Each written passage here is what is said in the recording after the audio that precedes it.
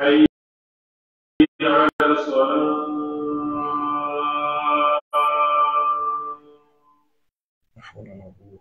حي على الصلاة. لا حول ولا قوة إلا بالله. حي على الفلاح.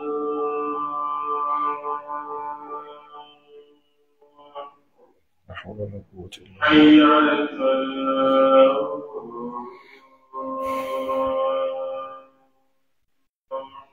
لا حول ولا قوة. الله أكبر. الله أكبر. لا إله إلا الله. لا إله إلا الله.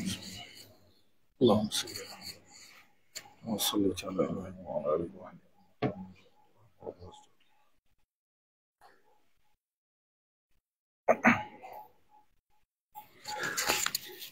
إن الحمد لله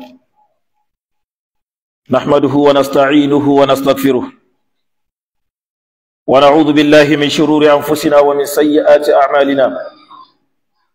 من يهده الله فلا مضل له ومن يضلل فلا هادي له. أشهد أن لا إله إلا الله وحده لا شريك له وأشهد أن محمدا عبده ورسوله صلى الله عليه وعلى آله وأصحابه ومن تمسك بسنته واهتدى بهديه إلى يوم الدين. أما بعد عباد الله، أوصيكم ونفسي بتقوى الله عز وجل في السر والعلن. أيها المؤمنون الكرام، فإن الرفق واللين في التعامل مع الناس من أخلاق العظيمة والخصال الحميدة التي حثنا ديننا الحنيف على التخلق بها. يقول ربي وربكم جل جلاله: ولا تستوي الحسنة ولا السيئة ادفع بالتي هي أحسن فإذا الذي بينك وبينه عداوة كأنه ولي حميم وما يلقاها إلا الذين صبروا وما يلقاها إلا ذو حظ عظيم.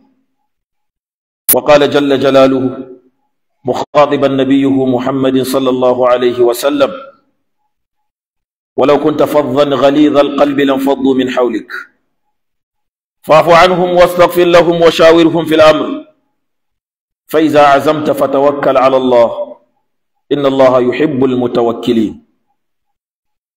يقول ابن حجر في فتح الباري رحمه الله: الرفق هو لين الجانب بالقول والفعل والأخذ بالأسهل وهو ضد العنف.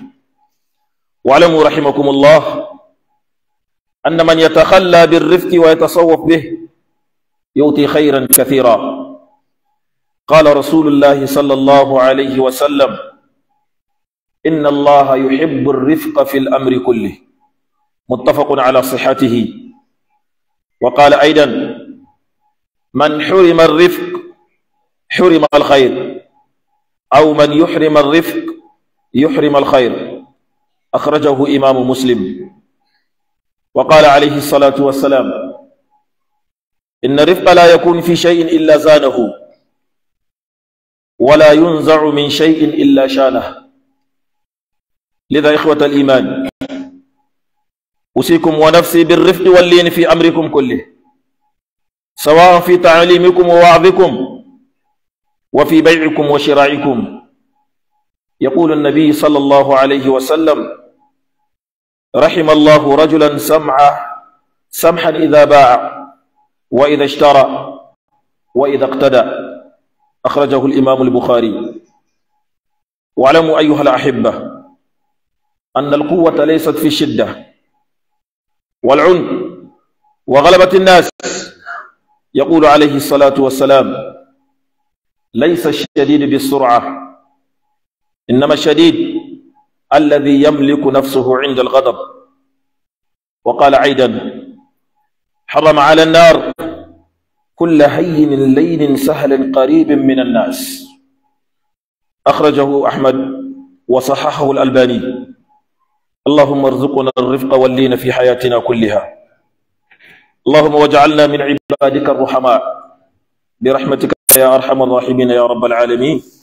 وصل اللهم وسلم وبارك وزد وتحنن على عبدك ونبيك محمد. اللهم صل. الحمد لله رب العالمين، والصلاة والسلام على خير خلق الله وأمين رسالته على وجه الأرض، نبينا محمد وعلى آله وصحبه أجمعين. وبعد عباد الله، إن الله أمرنا بأمر عظيم، فبدأ بنفسه وملائكته قائلا في محكم آياته: إن الله وملائكته يصلون على النبي يا أيها الذين آمنوا صلوا عليه وسلموا تسليما. اللهم صل على محمد وعلى آل محمد كما صليت على إبراهيم وعلى آل إبراهيم إنك حميد مجيد. اللهم أعز الإسلام والمسلمين وأذل الشرك والمشركين ودمر أعداءك أعداء الدين وانصر عبادك الموحدين. godiya ta tabbata ga Allah, muna gode masa, muna neman taimakonsa, muna neman tsarin sa daga sharrin kawunan mu da kuma sharrin muyagun ayyukan mu. Hakika wanda Allah ta'ala ya shirye da shi babu wanda zai batar da shi, haka nan wanda Allah ya kaddare shi da bacewa kuma babu wanda zai shirye da shi. Ina shaidawa babu abin bautawa da gaskiya sai Allah, shi kadai yake bai da abokin tarayya. Haka ina shaidawa lalle annabi Muhammad bawan Allah ne kuma manzon Allah ne, tsira da amincin Allah su tabbata a gare shi da sahabbansa da dukkanin waɗanda suka bi masa da kyautatawa har izuwa tashi alkiyama. Bayan haka ya ku yan uwa masu imani, ina mana wasiya da ni kaina akan mu ji tsoron Allah mai girma da buwaya, mu ji tsoron Allah a fili, haka nan mu ji tsoron sa a boye. Mu sani cewa jin tsoron Allah shine mabudi na kowane alkhairi, shi ke sanya dan adam ya samu dacewa a nan duniya kuma ya samu dacewa a gobe alkiyama. Ya ubangiji ka datar da mu da alkhairi. Yan uwa masu imani, lalle tausayawa da sauƙaƙawa a cikin al'amura, cikin mu'amaloli tsakanin mutum da mutum ko tsakanin mutum da waɗansu abin halitta, halaye ne na ƙwarai, halaye ne ingantattu, ɗabi'u ne wanda addininmu na musulunci ya umurce mu da kasancewa masu sauƙaƙawa, hakanan masu tausayawa, masu rangwantawa a cikin al'amura na rayuwa. Ubangiji tabaraka wa ta'ala yana cewa ai kyakkyawa ba ta zama ɗaya ta zama daidai da mummuna. Ka tunkuɗe ga wanda ya muna na zuwa gare ka, ka kyautata zuwa gare shi, ka kawo al'amari wanda ya zama na daidaituwa a cikin al'amura na rayuwa tsakaninka da wanda ya muna na zuwa gare ka. Wannan da yake muna nawa, lokacin da ka kyautata zuwa gare shi sai ya zama kamar shi ne masoyinka a duniya, da babu wani masoyi da kake da kamar shi. Hakika babu mai samun wannan dacewa sai wanda ya zama mai haƙuri ne, kuma babu mai dacewa da waɗannan ababe sai wanda yake da rabo mai girma a nan duniya da gobe alkiyama. Ubangiji tabaraka wa ta'ala yana gaya muna a cikin zance da yake yi da annabinsa annabi Muhammad sallallahu alaihi wasallam, yana cewa da ka kasance mai kaushin hali, da ka kasance mai kaifin hali, da ka kasance mai tsanantawa akan al'umma, to da waɗannan sahabban da suke tare da kai da sun watse ba su zauna tare da kai ba. Amma kai musu afuwa, kai musu ka nema musu gafara a wajen ubangijinka, sa'annan ka shawarce su a cikin dukkanin al'amuran da za ka aiwatar na cikin rayuwar duniya. Ka sani a lokacin da kuka yi shawara da su, to ka dogara wa Allah Ubangiji tabaraka wa ta'ala, domin gare shi ne masu dogaro mu'mine suke dogara. Ibn Hajar yana fati a cikin littafinsa da ake cewa Fathul Bari, yake cewa sauƙaƙawa da tausayawa a cikin al'amurra ne na rayuwa gabaki ɗaya, cikin zantuttuka ne ko cikin ayyuka. Wani aiki kake yi tsakaninka da wani, to ka tausaya a cikin waɗannan ayyuka. Wani matsayi aka baka cikin al'umma, ka sauƙaƙa ma al'umma a wannan matsayin da Ubangiji tabaraka wa ta'ala ya baka. Kai mu'amala da waɗannan mutane cikin tausayawa, kai mu'amala da waɗannan mutane a cikin sauƙaƙawa, kar ka zamanto mai kaifin hali, kar ka zamanto wanda ba ya da daɗin mu'amala, kar ka zamanto mutumin da ba a neman rangwame a wajen shi, ka zamanto mutumin da duk wanda ya fuskance ka kana tausayawa kuma kana sauƙaƙawa. Sai ɗan adam ka zamanto mai albarka a cikin al'umma, ka zamanto mai albarka a rayuwar duniya, gobe alkiyama idan ka waye gari gaban Ubangiji tabaraka wa ta'ala kuma ya sanya albarka a cikin abin da zaka samu a ranar alkiyama. Ya ku ƴan uwa masu imani, siffantuwa da ɗabi'a ta sauƙaƙawa, sifantuwa da hali na tausayawa ga al'umma. Duk wanda Allah ya bashi wannan ya zamanto yana tausayawa mutane waɗanda suke karkashinsa, to an bashi alkhairi mai ɗimbin yawa. In ji annabi Muhammad sallallahu alaihi wasallam yake cewa lalle Allah yana son sauƙaƙawa a cikin al'amurra gabaki ɗaya. Wannan hadisi Bukhari da Muslim suka fitar da shi. Annabi sallallahu alaihi wasallam yana cewa duk mutumin da aka haramta mai sauƙaƙawa a cikin al'amurra, ya zamanto mutum ne wanda bai iya sauƙaƙawa mutane ko saboda aikinsa, ko bai iya sauƙaƙawa mutane a cikin al'amari na kasuwancinsa, ko bai iya sauƙaƙawa mutane a cikin wani matsayi wanda Ubangiji tabaraka wa ta'ala ya bashi, manzo Allah yake cewa to an haramta mai dukkanin alkhairi. Mutumin da duk bai da sauƙaƙawa, duk mutumin da bai da tausayawa wa al'umma, manzo Allah yake cewa wannan an haramta mai dukkanin alkhairi a nan duniya da gobe alkiyama. Ubangiji ka tsare mu. Nabi sallallahu alaihi wasallam yana cewa duk abin da aka sanya sauƙaƙawa a cikinsa, to wannan sauƙaƙawar za ta sanya ma abin ya zamanto mai ado duk inda ake ana ganin wannan abin. Amma duk abin da aka sanya ma tsanani a cikinsa, to babu abin da ke zuwa gare shi injin manzon Allah sai lalacewa da tambadewa. Ya ku ƴan uwa masu imani, da haka nake muna wasiya akan mu zamanto masu sauƙaƙawa al'umma, mu zamanto masu tausayawa a cikin al'amura. Duk matsayin da Ubangiji tabaraka wa ta'ala ya baka, al'umma talakawa suna ƙasa gare ka, idan suka nemi wani sauƙaƙawa a wajenka, ka sauƙaƙa musu. Ubangiji ta'ala zai sauƙaƙa maka a nan duniya, kuma ya sauƙaƙa maka gobe alkiyama. Kar ka zamanto mai tsanantawa, ka tsanantawa al'umma, to sani cewa annabi Muhammad sallallahu alaihi wasallam ya yi addu'a ga dukkanin wanda yake tsanantawa mutane. Manzo Allah yana cewa ya Ubangiji duk wanda ya tsananta ma al'umma ta ka tsananta mishi. Ya Ubangiji wanda ya sauƙaƙa ma al'umma ta, Ubangiji ka sauƙaƙa mishi. Akwai wanda baya son sauƙi a cikin rayuwa, dukkaninmu muna buƙatar sauƙaƙawa. Da haka duk wanda yake so Ubangiji ya sauƙaƙa mai, to ya sauƙaƙa a cikin dukkanin al'amuran da yake cikinsa, da dukkanin mu'amala wadda yake yi da al'umma, ya zamanto yana mai sauƙaƙawa ne a cikin al'amuran. Ya ku ƴan uwa masu wa'azi, ku zamanto masu sauƙaƙawa a cikin wa'azinku. Kar ku zamanto masu kaifin magana, kar ku zamanto masu zafafawa. Duk mutumin da kake so ka shiryar da shi akan hanya, da zafi ba za ka iya shiryar da shi ba. Duk mutumin da kake so ka raba shi da abin da yake ga hannunsa, sai ka kawo mai abin da shi da ya gani ya san abin da ya fi abin da yake ga hannunsa, to a wannan lokacin yake iya biyar ka. Mutumin da kake zagi, mutumin da kake cimma mutunci, mutumin da kake hantara, gobe ko ka gaya mai gaskiya ba zai bi ka ba, ba zai gane me kake cewa ba ma, ba zai saurare ka ba. Da ya ji kana magana zai ce kai shine mai zagin mutane, ko da abin da zai amfane shi dalilin zagin da kake ba zai tsaya saurare ka ba. Kaga an yi hasara. Da haka ya ku masu wa'azi, ku zamanto masu sauƙaƙawa. Almajirai, ku sauƙaƙa a cikin al'amuranku. Ya ku ƴan kasuwa, ku sauƙaƙa wa al'umma. Ya ku ma'aikata, daraktoci da sauransu, kuma ku sauƙaƙa ma dukkanin wanda yake ƙarƙashin ku. Duk wanda ya sauƙaƙa, Annabi sallallahu alaihi wasallam ya yi addu'an Allah ya sauƙaƙa masa. Ya Ubangiji ka sauƙaƙa muna. Ya ku ƴan uwa masu imani, Annabi Muhammad sallallahu alaihi wasallam yake cewa Allah ya jikan mutumin da ya zamanto mai sauƙin hali ne a lokacin da zai sai abu, mai sauƙin hali ne a lokacin da zai siyar.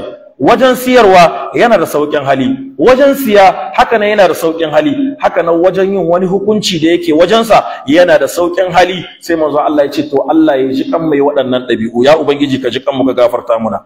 Ya ku ƴan uwa masu imani, ƙarfi ba shi bane ka dinga ɗaukar mutane kana kayarwa. Ƙarfi ba shi bane duk wanda ya fuskanto ka kafi ƙarfin shi zaka kayar da shi, wannan ba shi bane ƙarfi. Annabi sallallahu alaihi wasallam yake cewa wanda ake ce ma mai ƙarfi, wanda ake ce ma jarumi, wanda ake ce ma gwarzo, shine wanda yake fin ƙarfin zuciyarsa. Lokacin da abu ya ɓata mai da rai, yake da ikon yayi hukunci akan wannan abin, sai ya tuna shi kuma akwai mai hukunci a saman shi, sai ya danna wannan zuciyar tasa. Manzo Allah ya ce to wannan shine mai ƙarfi, ba wanda yake ɗaukar mutane yana kayarwa a wajen kokowa ba, ko wanda yake ɗaukar mutane yana dannewa saboda Allah ya bashi wani matsayi, ba shi bane mai ƙarfi, inji Annabi Muhammad sallallahu alaihi wasallam. Manzo Allah yana cewa Ubangiji ta'ala ya haramta wa muta dukkanin mutumin da ya zamanto mai sauki ne a cikin al'amuransa. duk mutumin da yake sauƙaƙawa al'umma yake da sauƙi cikin mu'amalarsa da mutane, manzo Allah ya ce to Allah ya haramta mai shiga wuta. Ya ubangiji ka haramta mu da shiga wannan wuta.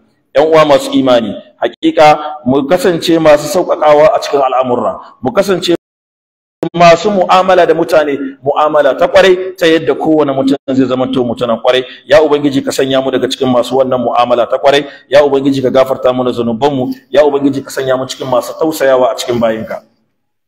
Godiya ta tabbata ga Allah ubangijin talikai, tsira da amincin Allah su tabbata kan fiyayyen halitta Annabi Muhammad sallallahu alaihi wa sallam, wanda yake shine fiyayyu daga cikin dukkanin halittunsa, shine zababbe a wajen aikowa, wajen annabta a cikin ƙasa gabaki daya. Tsira da amincin Allah su tabbata a gare shi da waɗanda duk suka biye masa da kyautatawa har zuwa tashi alkiyama. Bayan haka ya ku ƴan uwa masu imani, ubangiji ta'ala ya umurce mu da al'amari mai girma, don haka ya fara da kansa da mala'ikunsa yake cewa lalle Allah da mala'ikunsa suna yin salati da taslimi ga fiyan halitta. Da haka ku yi salati da taslimi ya ku masu imani zuwa ga Annabi Muhammad sallallahu alaihi wa sallam. Allahumma salli ala Muhammad wa ala ali Muhammad kama sallaita ala Ibrahim wa ala إبراهيم إنك حميد مجيد. اللهم أعز الإسلام والمسلمين وأذل الشرك والمشركين ودمر أعدائك أعدائنا أعداء الدين وانصر عبادك الموحدين. اللهم آمنا في أوطاننا وأصلح أئمتنا وولاة أمورنا ووفقنا وهم لما تحب وترضى يا رب العالمين. اللهم يسر لنا في الأمور كلها وأجرنا من خزي الدنيا وعذاب الآخرة. اللهم هب لنا منك عملا صالحا يقربنا إليك. اللهم آت نفوسنا تقواها وزكها أنت خير من زكاها، أنت وليها ومولاها. اللهم أرنا الحق حقا وارزقنا اتباعه، وأرنا الباطل باطلا وارزقنا اجتنابه. اللهم اجعل القرآن العظيم ربيع قلوبنا ونور صدورنا وجلاء أحزاننا وذهاب همومنا وغمومنا ودليلنا إلى جناتك جنات النعيم. اللهم لا سهل إلا ما جعلته سهلا وأنت تجعل الحزن إذا شئت سهلا. اللهم اشف مرضانا وارحم موتانا. اللهم اغفر لحينا وميتنا. اللهم اغفر لموتى المسلمين الذين شهدوا لك بالوحدانية ولنبيك برسالة وماتوا على ذلك. اللهم من أحييته منا فأحيته عن الإسلام ومن توفيته منا فتوفاه عن الإيمان. ربنا آتنا في الدنيا حسنة وفي الآخرة حسنة وقنا عذاب النار. ربنا لا تزغ قلوبنا بعد إذ هديتنا وهب لنا من لدنك رحمة إنك أنت الوهاب. ربنا هب لنا من أزواجنا وذرياتنا قرة أعين واجعلنا للمتقين إماما. عباد الله، إن الله يأمر بالعدل والإحسان وإيتاء ذي القربى وينهى عن الفحشاء والمنكر والبغي يعظكم لعلكم تذكرون. أقول قولي هذا وأستغفر العظيم الجليل لي ولكم ولسائر المسلمين من كل ذنب فاستغفروه إنه هو الغفور الرحيم.